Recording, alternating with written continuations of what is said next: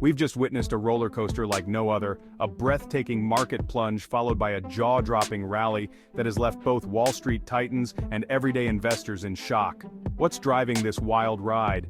What hidden forces are turning the global financial markets upside down? In this video, we're peeling back the layers of chaos to reveal the unsettling truths behind this market mayhem. From extreme volatility to a little-known investing loophole in Japan that set off this worldwide tremor, stick around. Because by the end of this video, you'll have the full, unfiltered story of what's really happening and what it means for your financial future. And hey, if you find this deep dive helpful, don't forget to give us a thumbs up and hit that subscribe button so you never miss out on the latest financial insights. The markets have been on a wild ride recently. The S&P 500 and Nasdaq have taken a hit, while the Nikkei 225 and Taiwan's main stock index have been hammered even harder. It feels like uncertainty is the only constant these days. This volatility reminds us of past market crashes, where unpredictable swings left even the savviest investors reeling. So, what's driving this chaos? To understand the current market madness, we need to talk about George Soros and his theory of reflexivity. Soros attributes much of his success to this idea, which suggests that market prices aren't just a reflection of reality, they actually influence it. Imagine a feedback loop where rising prices fuel more buying, leading to even higher prices. This creates a speculative mania, which is exactly what we've been seeing in stock markets around the world. One of the key factors in this global market crash can be traced back to Japan. For years, Japan's economy has been stagnant, and the government, along with the central bank, has kept interest rates incredibly low, even dipping into negative territory. Investors saw an opportunity here, borrowing Japanese yen at low rates and investing it either in Japan or in more lucrative markets abroad. This loophole, known as the carry trade, seemed like a golden ticket. But what goes up must come down. The carry trade scheme unraveled when the value of the yen began to rise. Investors who had borrowed in yen suddenly found themselves on the wrong side of the trade. What was once a profitable spread between Japan's low interest rates and higher returns elsewhere turned into a financial nightmare as they faced significant losses. As the yen appreciated, panic spread like wildfire.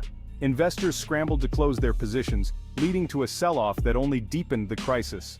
The panic selling was so intense that the losses far outweighed the total amount of carry trade loans in existence.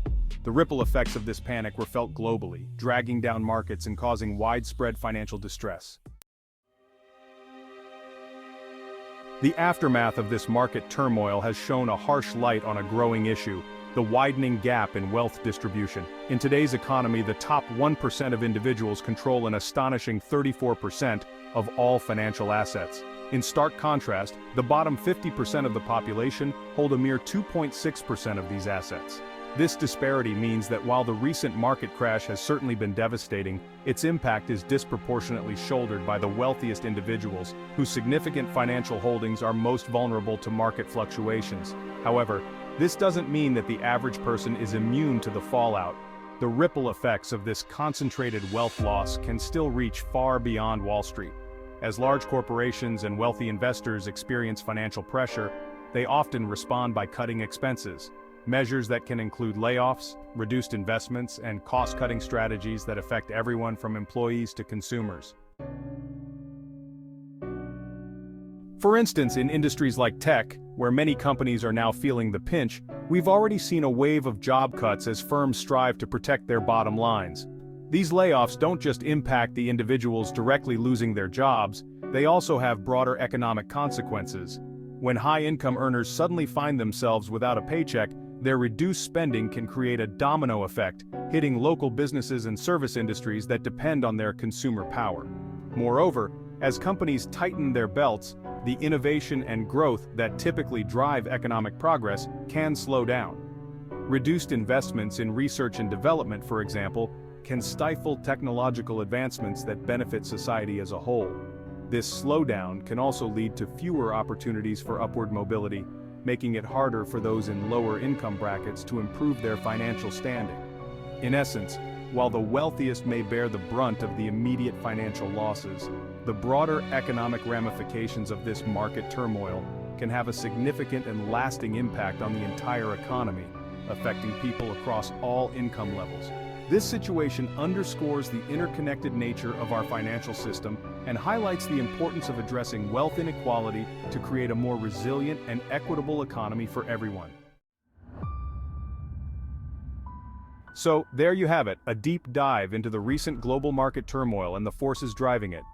From Japan's low-interest loopholes to the theory of reflexivity, these complex factors are shaping the economic landscape in ways that affect us all.